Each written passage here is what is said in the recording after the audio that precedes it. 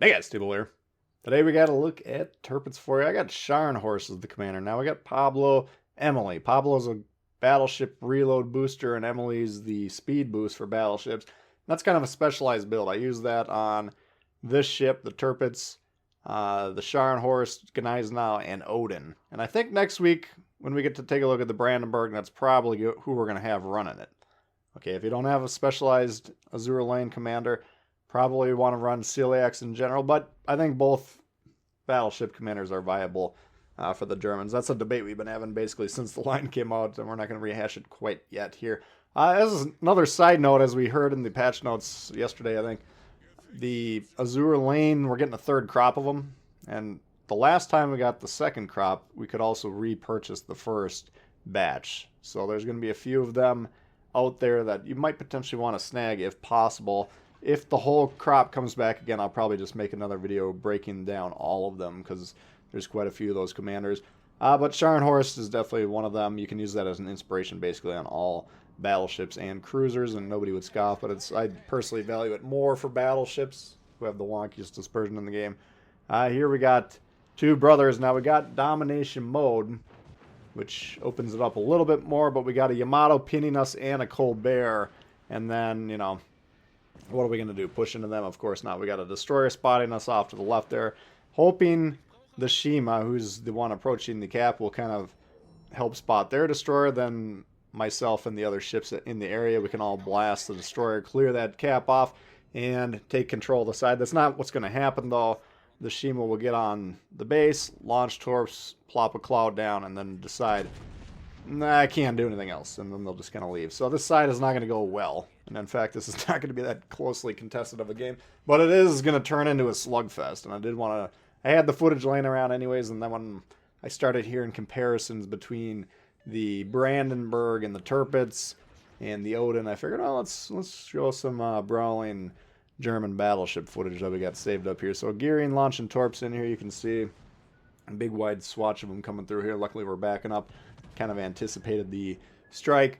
But the main difference between the Tirpitz, who has 380 caliber guns, and the Brandenburg, which is 305, that's the main difference. Now, 305 is the caliber on the Odin that we see. Okay, but the Odin have very small caliber guns. I think the smallest of the tier, so this should be joining that in regards to, you know, the gun caliber. 12 guns on the Brandenburg. We only got 9 on the Odin, and for balancing purposes, that suggests to me that we're probably going to have a little bit of a slower reload. Now, the Odin, like this Tirpitz on this build, reloads very quickly. So maybe if the reload's really long, that'll force me to want to look at a different build. But that's going into it what I'm thinking. And these are all torpedo battleships. So that's why I like to get the speed on there and some maneuverability and whatever else. I mean, the Scharnhorst Azure Lane Commander is kind of tailored for the torpedo German battleships. That's why I like to use it. Anyway, we noted a moment ago here, I think we spotted the plane in the channel, and then the Minotaur was pinging that as well. Here comes the Richelieu. Now, watching this back, I'm a little confused, because I didn't think the French battleships had planes. Maybe the Richie does. I hope that's the case, because otherwise my mind's kind of blown here. But anyways, the plane was kind of the telltale sign. Okay, someone's coming up the gut, and since we're in a stalemate on the western side of the map, there's no reason for us to keep sitting there. We're like, okay, let's go counter this. Here we got one Richie pulling out, and as I'm playing this, I'm kind of focused on lining up the shot here, looking at the torps. Okay, good. Not noticing, you know, I see the ship right behind them, but I didn't realize there were two of them like connected. You know, they're tethered, they're refueling, they want to hold each other's hand. Classic division battleship play. You know, they just sit on top of each other and try and will to rebuild. So I was initially kind of surprised here when we see the Richie pull forward. I'm like, okay, well, let's get some torps on that guy as well, okay? Ideally, though, we'd want to kill the one that's already low, because once again, these guys are will to rebuilding each other. They're using the I want to hold your hand perk, and that heals the damage as long as they're sitting on top of each other like this. The way to counter that is you got to get one of those ships dead, okay? So that because this Richie was lower here, that should have been the target. But luckily, the one's pulling forward, and he is going to eat some torps here. And then the other one here, we're kind of pummeling. Now, I'm trying to knock the guns out, and we whacked the front Richie there with the torps, luckily. But you can knock the guns out either by hitting the turrets directly, or if you shoot under them. They got what I call as a stem. I think people that know their stuff called a barbette. But regardless, there's a little stem that comes down from the guns, and it's not as easy to knock the guns out by hitting that. But you can knock the guns out, and you're also going to do raw damage for those hits. Whereas if you hit the turret face, you of course have a better chance of knocking the guns out. But the damage, it doesn't get applied to the ship ever. Okay, so that was the play there. Nevertheless, both Richelieu's are dead. They can no longer heal each other, at least not on this plane of existence. And I'm looking around saying, oh, great, looks like the game's already over now that our attention's able to get back to the grand picture of things. It's not looking good. Poking my head over here, seeing if anything else is coming up the gut. And then we're noting, okay, we're getting spotted. We're seeing the destroyers from A likely coming over here. And they're either going to, they're probably not going to gun down the Minotaur. They're probably going to try and charge me and then flip the cap is my thinking. So I'm like, you know what? This game's not looking too hot. Let's see if we can crossfire these battleships that are kind of stalemated over here. And we're going to need to capture another base anyways on the off chance that we want to still have a crack at this game. Yeah, we're only down one ship, but we're, it's not looking good. If you can read the map, we're basically surrounded in our spawn and they got control over the entirety of the map. So we're moving forward as quickly as possible here, but this is kind of instructive for anyone that wants to make this play here. And any other play that requires you to be outside of the field of action for a while.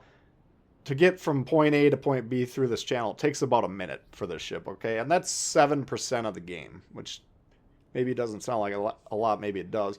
But, the earlier in the game you are, the more valuable that 7% is. And this applies to if you're trying to make this move right off the opening part of the match. And keep in mind, to get into the channel, you're also going to need about another minute of traverse time. So that's 2 minutes. And then we're talking about 15% of the match just to get from here to here. And that's a long time to not be affecting things, okay? So, I never like finding myself in positions where, okay, I haven't shot for 2, 3, 4 reload cycles. That's a lot of lost damage per minute throughout the entirety of the match. And it's really lowering your efficiency as a piece on the board. That's just a cautionary tale.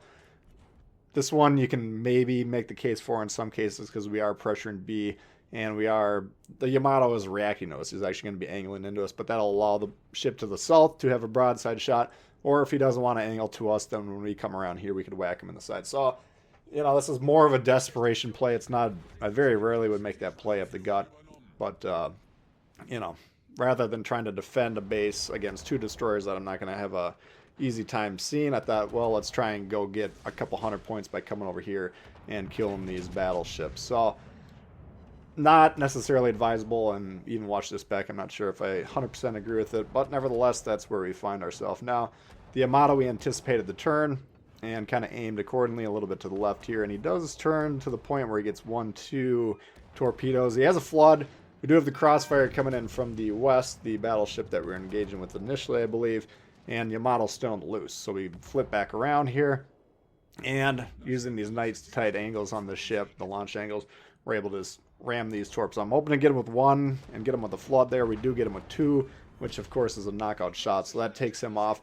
All 4 caps now out of control of the blue team, and we're down 3 ships, including 2 destroyers. So we're not concerned about winning the match at this point in time. The only way that I can possibly win this match is if they attack the remaining ships on the board very aggressively and they lose every single fight. Okay, because we will lose on points very rapidly here. So time is of the essence. We need these ships to charge into us, and we need to do it very quickly and kill them as rapidly as possible. Their Grober, we're going to have a little bit of a hard time damaging them right off the bat. His secondaries are going off. Of course, his outrange ours. He does kill our Grober, which is a big problem because there's another 100-point swing. Now they're about 230 points away from winning the game on score. But once again, we need to claw that back. If we get this thing, that'll return about 75 points off of their total. It'll be a 100-point swing, of course, but some of the points are awarded to one team and some are removed for the other. That's how you get the 100. But we need to pull these points back to make sure they don't win on score, if at all possible. And we're just trying to aim for the middle of the ship. These German battleships a little bit unreliable or less reliable. in terms of their accuracy. They've gotten better. They've gotten numerous buffs, but they're still a little bit wonky. So we'd rather get the full damage. You know, we're not going to get a citadel anyways, but we'd rather have them hit in the middle of the ship here where we're more likely to get a meaty part of the ship and get some damage. And there we do get enough. We get 4 shells and 3 overpens, and that's enough to take him out. So that saves us a little bit of time on the clock. You can see Cold Bear that we saw earlier. He's just raining his golden showers all over us. That's getting the situation very sticky, and we don't like it. Not at all. So we're going to try and pull in towards him. Of course, we're expecting 2 destroyers. And once we get spotted, as we do here, then we should see the Cold Bear begin his reign of terror once again. So all these destroyers really have to do, I mean, clearly all they have to do is ride out the clock. But to fight me, all they have to do is stay out of range and launch their torps. But like what I'm suspecting happened here, usually if you dodge your torps, then they get frustrated because they know they're not going to hit you, and then they start shooting, and then we're going to be able to do some damage. So we get the Confederate on the Shima there. You can see we've already dodged his first salvo. I guess he's sending more torps over here. Those look widespread. I don't know, 100% sure.